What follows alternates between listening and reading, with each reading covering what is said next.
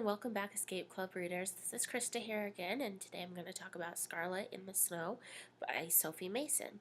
This book was published on May 1st, 2013 by Random House.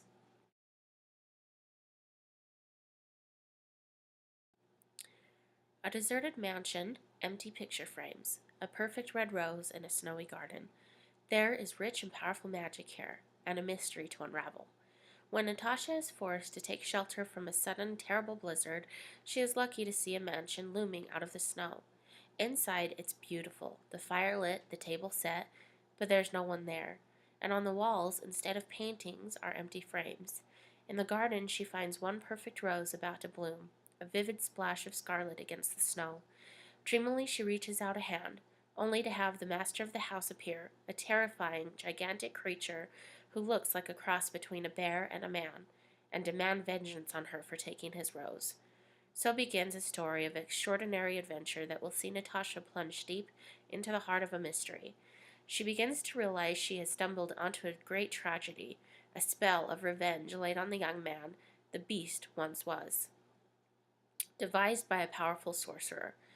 But even if she can break the spell, the beast she has known to come to love will be snatched from her.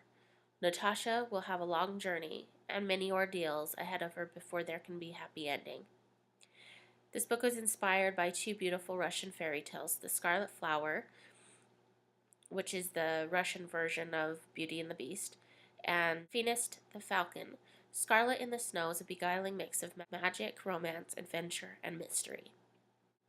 This book is definitely a story that will take you into the fairy tale world of magic and beasts and creatures. There's dark forests, there's witches, there's pretty much everything that you ever want in a fairy tale. When Natasha comes across this mansion for shelter and she touches the rose and it wilts, her payment is to stay there. And she meets the beast as well as his magical caretaker. And she was probably one of my favorite characters in this book, was the caretaker. She was so motherly. She kind of cast the spells that made the world worth living in.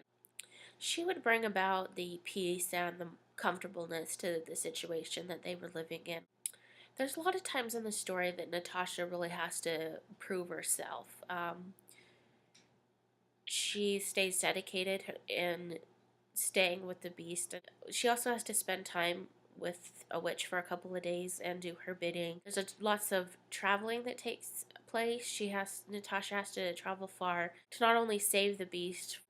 I think Natasha is a really strong character because of everything she has to go through, and she really endures through some hardships and comes out the better for it. She's really dedicated to her family and to the beast as she gets to know him. I recommend this book to people, to readers who enjoy the fairy tale stories, because this really is a very fun adventure. It pulls you right into the story, into this other world of magic and adventure and romance. I think this is an excellent addition to the fairy tale retellings that are out there today. And I would definitely recommend it because I thought it was a very enjoyable read, and it takes you to another land and in another time. And it was very magical and well written. And it's a book that I definitely recommend for you guys to pick up. And thanks for watching, and I'll see you again later. Bye.